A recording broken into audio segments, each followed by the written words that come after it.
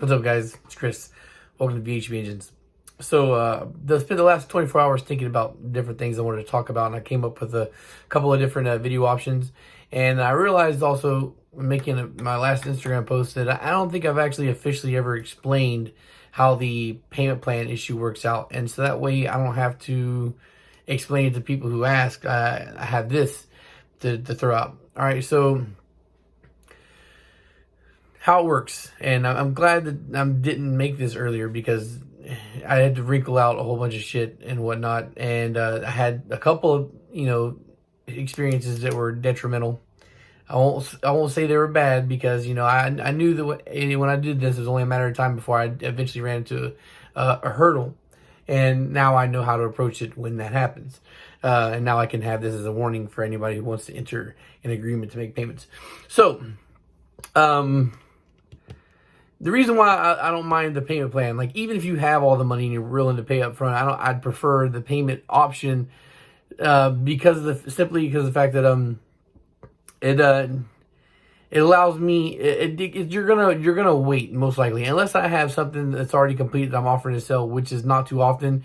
Generally speaking, it's gonna take time to get whatever you're doing. Now, I don't know the turnaround time for other big shops that do all the heavy machine work and whatnot, but I see memes and jokes going around, and I would imagine that with my experience with the wait for CSS, which isn't really that long, I think it's right around a month turnaround process, and I think they could even do it faster for me. I think it just at the time, what took that hold up was waiting for pistons to come in as well to do the bore and hone. All right, so everything takes wait time when you're building a race engine. I think even 4-piston, like, you have to wait. I don't think that they just send you a long block. I don't think that's how that works. I may be wrong, but anyway. So generally speaking, my quoted wait time is 3 to 4 weeks, right? Because when you make your initial payment, I have to order all the parts. Now, I do that the first day, or generally speaking, I do that immediately. So if you make a deposit now, I make arrangements to get the parts on order immediately after I get the money. And then there's the, 4 days, generally speaking, for shit to start showing up. But I only work on the weekends for building engines, so generally speaking, it's a week. Depending on what time of the week you're hitting me up to do the build. So there's that, right? So now how the payment process goes. I'm sorry if I'm dancing around this. I'm trying to stay fucking sharp and focused here, but I'm a little tired. So whatever you're buying, I need the deposit to cover parts, right? So the only time this is like an exception, for me to do for a block is if I don't have the block on hand that you want, and it's something that's that I think is gonna cost me a little bit more than my usual buying price. Now, if you're asking for a K24, which is relatively common for me to have, if you're asking for a K24 block and I don't have one on hand, I'm not gonna charge you the core price of the block and crank, because I generally charge like $500 for block and crank core. I'm not going to charge you the core cost for the block and crank. I'll come out of pocket on acquiring a block and crank if I don't already have it, and then that can be settled in the back end. Now, what I do need is the cost of the rotating assembly. So if you want a piston and rod block, I need the cost of the piston rods and bearings. All right. Now, I think let's just say for the Nippon Racing high compression combo, it's like 500 and I think 540, 550, around that range for the pistons and rods, and then the bearings are like $100. So your minimum deposit to start for a short block would be that cost, so like 600 and change. I need that part up front, and then at that point in time, you don't make any further payments unless you need machine work or want machine work. Now, if you need machine work, then what it would be is you'd pay the deposit for the parts. And then, like, if you need a week later, you pay me the money for the machine work. Or if we don't need machine work, then you don't pay anything else. Payments do not restart until the block is done. So if you want a block or you want a head, you pay the initial deposit to cover the cost of the parts that I need to assemble the engine or head. And then after the engine block is assembled or the head is assembled, then we move into the next phase of payments, right? Now, the whole thing is I do not ship anything unless you are totaled up. Like you have to be, the payments have to already, the labor and the shipping, everything has to be 100% totaled out, right? This is also potentially a problem for me, because if you do take a long time, then I wind up in situations like this, where I'm sitting for a long time. Don't mind my messy ass room, on parts.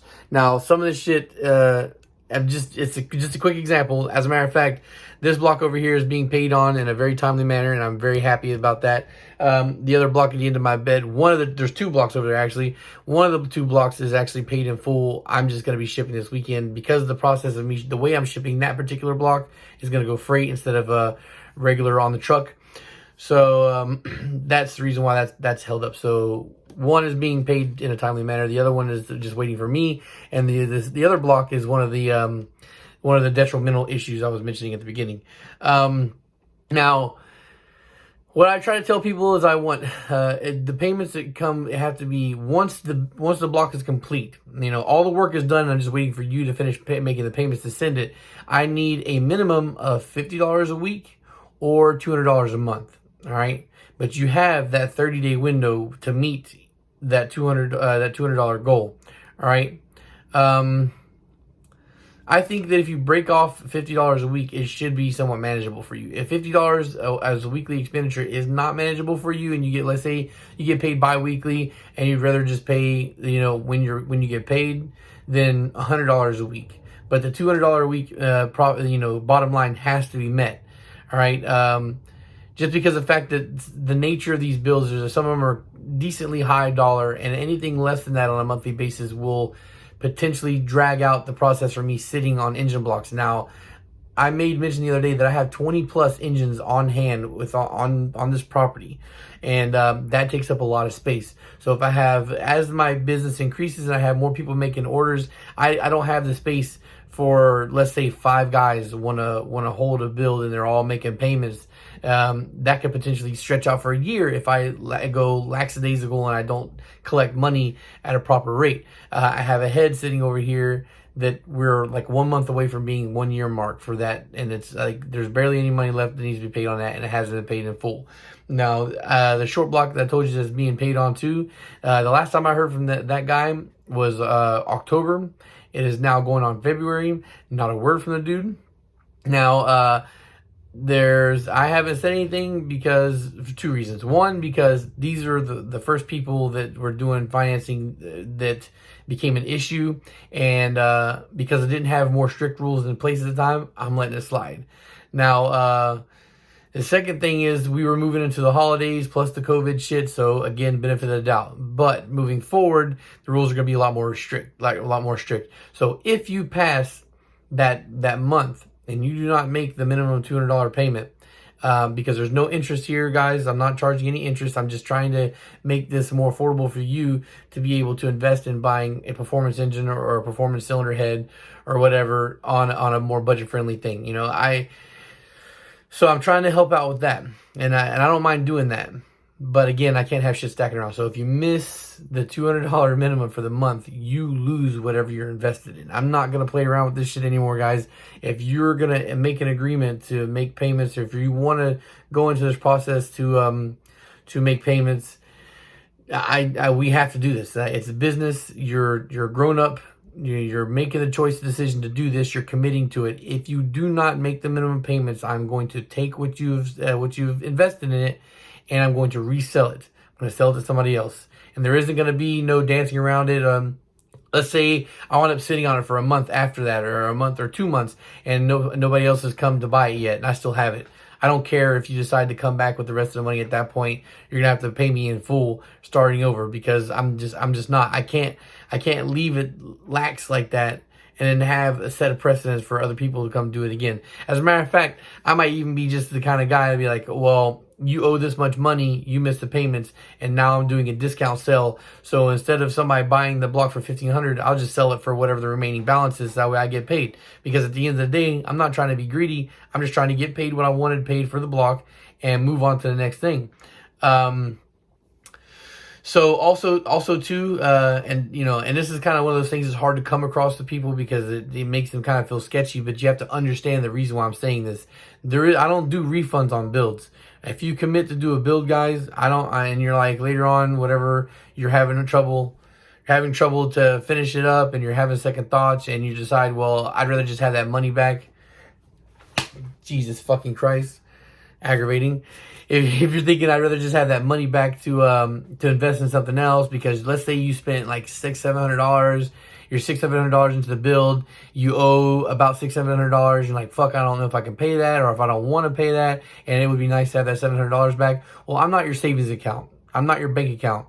You're not gonna invest in a build with me, spend my time on parts or whatnot, or spend my labor time, and then decide, well, I don't want to do it anymore. So when I say no refunds, that's what I mean when I talk about no refunds. So now on the only occasion that I'm willing to do refunds on is like if you're putting out a deposit for a part that I do not have in hand, right? Right now, for people that want B series heads, because of the nature of how long it tends to take to get those, like I had searched for the VTEC I had for a month. I finally tapped out and had to order one and online, and then when I did that, literally 4 days later, 5 fucking heads popped up for sale locally. So it just happens to be the nature of the beast sometimes. And I was very actively looking. I even had sales posts, which I hate doing because people tend to tax when you're openly searching. But that's just how it happens. So I explained to the dude that this is this could potentially be a long process. I have to find it first and then order parts and all that good stuff. So after a week of looking, and with me not finding it, I offered, like, look, it may have been 2 weeks. Like, hey, look, I am searching, I'm not finding it. I can give you a refund on your deposit, because what I did for that deposit was that money just stayed on Cash App. I did not withdraw it. I didn't touch it, until I found a buy, because I was a little nervous that I wouldn't be able to find it in a timely manner. So there are some items that if you want to make a deposit on and I don't already have, I'm willing to take that. But another reason why I have to have the deposit is because 2 reasons. One, I don't want to find somebody with the part and start negotiating and then have to hit you up and be like, hey, look, I need the money now. And then for whatever reason, you can't come up. And then I wind up wasting my time negotiating with somebody who's going to disappear, right? That's an aggravating, frustrating thing to happen. And also, secondly, I don't want to invest money into buying a part, and then you decide you don't want to do it anymore, and now I'm asked out of that money trying to make the profit back selling it to somebody else. Now sometimes I get lucky and that's not an issue to resell it, and sometimes I wind up sitting on it forever. And again, I don't like doing things like that, especially not with high dollar items. If it's like $100, $150 I spent, I don't mind too much. But if it's $500, that's a lot. I can't play like that. No matter how much money I make, that's still a lot of money to me. So yeah. Now, there are people who have made payments and they make way more than the minimum payment. And if you want to make double payments, like, hey, I'm paying you $500 now and $500 later, that's fine. Of course, I don't mind taking more money faster. I don't mind taking the complete money up front. Yeah,